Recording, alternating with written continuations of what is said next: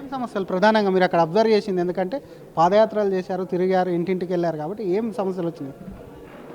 Major సమస్య ఏమైందంటే actual ఏంటంటే జూబ్లీహిల్స్, పేరుకే జూబ్లీహిల్స్ 65,000 మంది 70,000 మంది మంచి పాష్ ఏరియాలో ఉంటారు. ఇది 3,25,000 మంది లో ఏరియాలో ఉంటారు. మీరు ఒకటే గుర్తుపెట్టుకోండి, ఇప్పుడు వివిధ గ్రామాలకైనా అక్కడ వచ్చేసి ఎవరు ఎక్కడ ఉంటారు అంటే జూబ్లీహిల్స్ అనగానే కనీసం సాయం చేస్తలేడు, వాళ్ళకు వచ్చే బెనిఫిట్స్ వస్తలేవు. అదేవిధంగా వాళ్ళ పిల్లలు చదివియాలా, వాళ్ళ కష్టార్జితం చేసుకొని చదివిలేని పరిస్థితి ఉన్నది.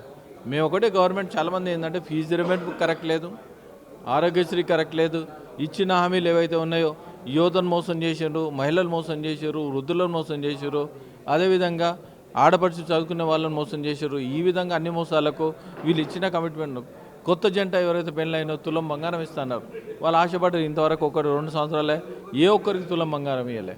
ఈ విధంగా చెప్పుకుంటూ పోతే అన్ని మోసాలే ఉన్నాయి. ఇచ్చిన గ్యారెంటీలో ఒకటి ఏంటంటే ఆ ఫ్రీ బస్ ఒకటి ఇచ్చేసి మేము అన్నీ చేసామని చెప్తా ఉన్నారు. దానికోసానికి ఏంటంటే వీళ్ళిద్దరికి బుద్ధి చెప్పాలి, అవినీతి పార్టీలకు బుద్ధి చెప్పాలనే ఉద్దేశంతోనే భారతీయ జనతా పార్టీ వైపు తిరిగిరు. భారతీయ జనతా పార్టీ వైపు 80% గెలిపిస్తారు. ఎంత మెజార్టీతో గెలుస్తారు సార్ జూబ్లీ?